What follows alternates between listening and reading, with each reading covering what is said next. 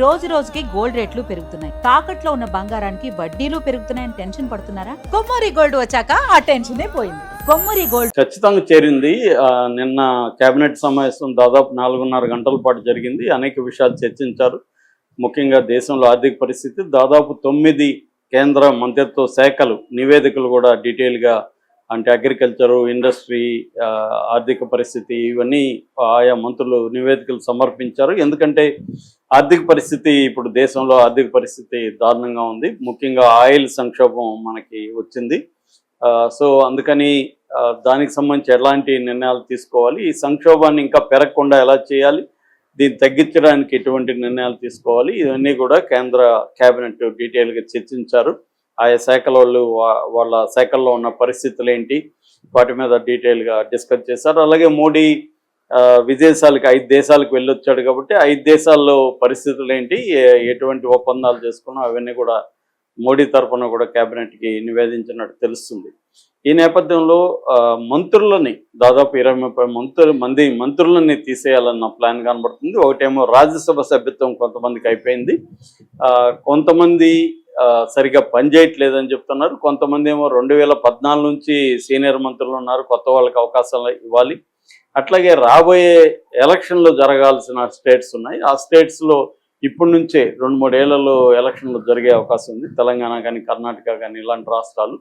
వాటికి సంబంధించి ఎలాంటి మంత్రులని, కొంతమంది అక్కడి నుంచి మంత్రులను పెంచుకోవడం. ఫర్ ఎగ్జాంపుల్ తెలంగాణలో 2 మంత్రులు ఉన్నారు ఇప్పుడు కేంద్రంలో, వాళ్ళకి 3 తీసుకోవాలని, కొత్త వాళ్ళకి ఇవ్వాలని, అంటే ఎలక్షన్లకి సిద్ధం చేసే విధంగా ఇప్పటి నుంచి చర్యలు తీసుకోవాలని ఇలాంటివి జరిగాయి. ఈ నేపథ్యంలో బండికి స్వయంగా మోడీనే క్లాస్ పీకాడని చెప్తున్నారు. ఎందుకంటే మొన్న మోడీ సభలోనే బండి విషయాన్ని ఇండైరెక్ట్గా మాట్లాడి ఆ విధంగా మాట్లాడాడు. అది మోడీకి నచ్చలేదని చెప్తున్నారు. ఎందుకంటే రేపు ఇప్పుడు మోడీకి కూడా ఇబ్బందే కదా. మోడీకి ఏంటంటే తన కేంద్ర సహచర మంత్రి కొడుకు పోక్సో కేసులు అరెస్ట్ అయ్యి, దాన్ని ఈయన ఉన్నప్పుడే చెప్తే నేషనల్ మీడియా అంతా కూడా దీన్ని రాసింది. దానివల్ల ఇప్పుడు కాంగ్రెస్ పార్టీకి నేషనల్ లెవెల్లో ప్రతిపక్షాలకి ఒక ఆయుధం దొరికింది. మాట్లాడితే బేటీ బచావ్ బేటీ పడావ్ అని స్లోగన్స్ ఇస్తున్నారు. సో అలాంటి నువ్వే నీ మంత్రి కొడుకే బేటీల్ని ఇలా చేస్తున్నారు. ఒక పక్క మేము కఠిన మంచి చట్టాలను తీసుకొచ్చాము స్త్రీల మీద దౌర్జన్యాలకు వ్యతిరేకంగా అని దేశమంతా ప్రచారం చేసుకుంటుంటే, అదే పోక్సో నీరుగార్చే విధంగా ఇక్కడ మాట్లాడుతున్నారు, బాధితురాల మీద బండలేస్తున్నారు. సో ఇవన్నీ మోడీకి ఆల్రెడీ నివేదికలు వెళ్ళాయి. ఆల్రెడీ గవర్నర్ నివేదిక వెళ్ళింది. ఆ తర్వాత ఇక్కడ ప్రెసిడెంట్ రామచంద్రరావు కూడా వెళ్ళి నివేదిక ఇచ్చాడు. తర్వాత వాళ్ళ ఇంటెలిజెన్స్ నెట్వర్క్ ఎలాగో వాళ్ళకు ఉంటుంది, కేంద్ర ఇంటెలిజెన్స్ నెట్వర్క్. వీటన్నిటి ద్వారా పార్టీ పరిస్థితి ఏంటి, బండి సంజయ్ ఎఫెక్ట్ పార్టీ మీద ఏ స్థాయిలో పడింది, రాష్ట్ర ప్రభుత్వం దీని మీద ఎలాంటి చర్యలు తీసుకుంటుంది, బీఆర్ఎస్ దీన్ని ఎలా ఉపయోగించుకుంటుంది, దీని ఎఫెక్ట్ ఇప్పుడు మనకి రాబోయే జిహెచ్ఎంసీ ఎన్నికల్లో గ్రేటర్ హైదరాబాద్ ఎన్నికల్లో ఎలా ఉండవచ్చు, ఇవన్నీ. ఎందుకంటే గ్రేటర్ హైదరాబాద్ ఎన్నికలను దృష్టిలో పెట్టుకొని మోడీ చంద్రబాబుని, పవన్ కళ్యాణ్ కూడా కలిసిపోయాడని చెప్తారు.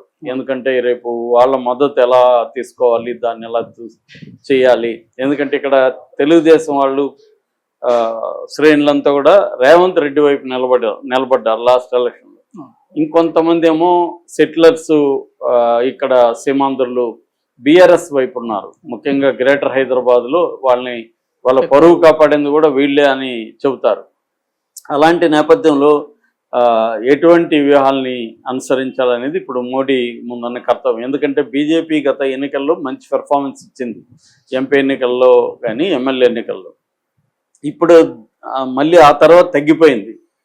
దాంట్లో ప్రధాన కారణం అంటే బండిని తీసేసి కిషన్ రెడ్డిని ప్రెసిడెంట్కి పెట్టడం, తర్వాత రామచంద్రరావుని పెట్టడం, ఇదంతా సరిగా ఎఫెక్టివ్గా లేదు.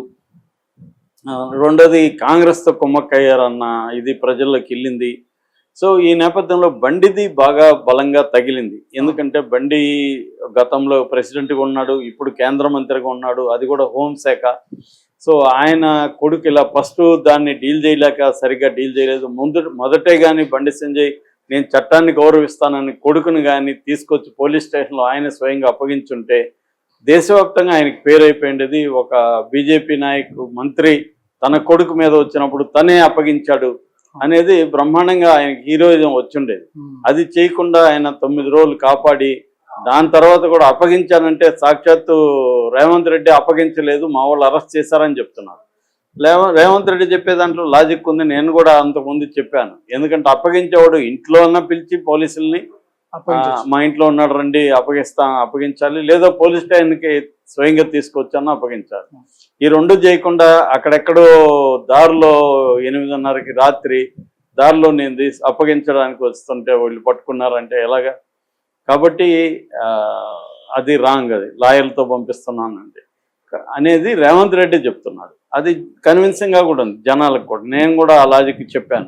ఎవరన్నా అప్పగించేవాళ్ళు పగులు తీసుకొస్తారు, లేకపోతే ఇంట్లోకి పిలిపిస్తారు పోలీసుల్ని, లేకపోతే పోలీస్ స్టేషన్కి తీసుకొస్తారు, కానీ మధ్యలో అక్కడెక్కడో ఎట్లా అప్పగిస్తారని.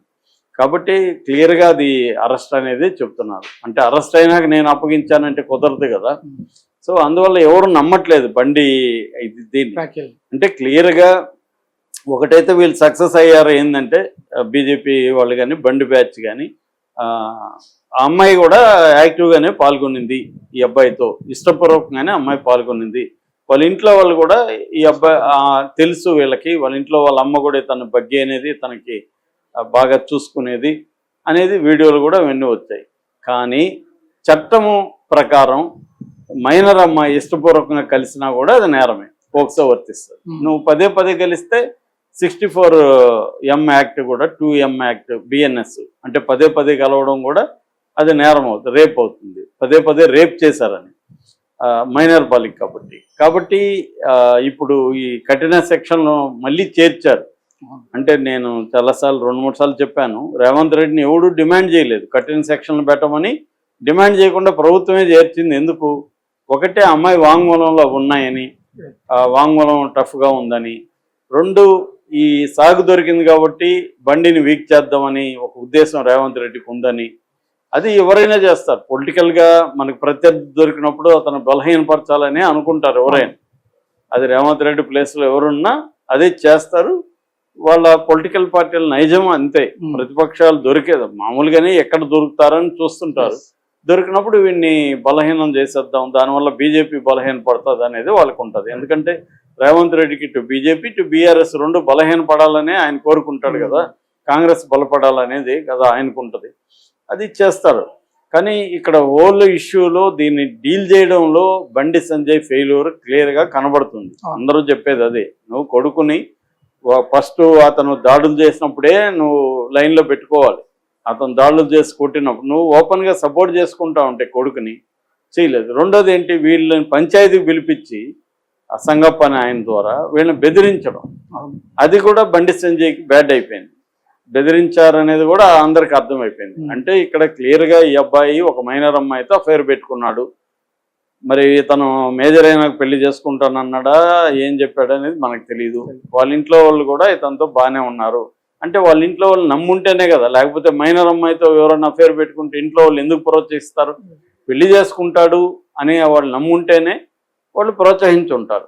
సో పెళ్లి చేసుకుంటాను నమ్మించి ఆ అమ్మాయి చేసి తర్వాత పెళ్లి చేసుకోను అని చెప్పడం వల్లనే గొడవలు వచ్చాయి. ఆ గొడవల్లో వీళ్ళు పంచాయతీ చేసినప్పుడు ఈయన బెదిరించి పంపించాడు. ఒక కేంద్ర మంత్రిగా ఉండి బెదిరించి పంపించడం ఇప్పుడు అది నెగిటివ్ అయింది. దాంతో వాళ్ళు పోక్సో పెట్టారు. పోక్సోలో ఇప్పుడు ఫైనల్గా జైలుకి వెళ్ళాలని పరిస్థితి ఏర్పడింది. కోర్టు కూడా బెయిల్ ఇవ్వలేదు. చివరికి ముందస్తు బెయిల్ పిటిషన్ కూడా విత్డ్రా చేసుకున్నారు. ఇది బండి సంజయ్ మీదే కాకుండా పార్టీ మీద కూడా పడుతుంది. ఇవంతా వీళ్ళు కథలు చెప్పినా అది మాకు వ్యక్తిగతం, అది కుటుంబ వ్యవహారం, అవన్నీ వాళ్ళు ఎవరు నమ్మరు. ఇదే కుటుంబ వ్యవహారం కేటీఆర్ కొడుకు జరిగి ఉంటే వీళ్ళు అదే మాట అనేవాళ్ళ బీఆర్ఎస్ బీజేపీ వాళ్ళు లేదు. అందరికీ తెలిసి ఇవాళ నీ ఇష్యూ వచ్చినప్పుడు కుటుంబ వ్యవహారం ఎలా అయిపోతుంది. అతను మంత్రి కొడుకు, ఒక మంత్రి ఎలా బెదిరిస్తాడు? మరి మంత్రి మీద కూడా కేసు పెట్టాలి కదా. ఒక మంత్రి ఒక నిందితుడిని ఎలా కాపాడుతాడు, షెల్టర్ ఇస్తాడు? ఇవన్నీ కుటుంబ వ్యవహారాలు కాదు ఇవి. కాబట్టి క్లాస్ పీక్ ఉండే అవకాశం అయితే ఖచ్చితంగా ఉంది.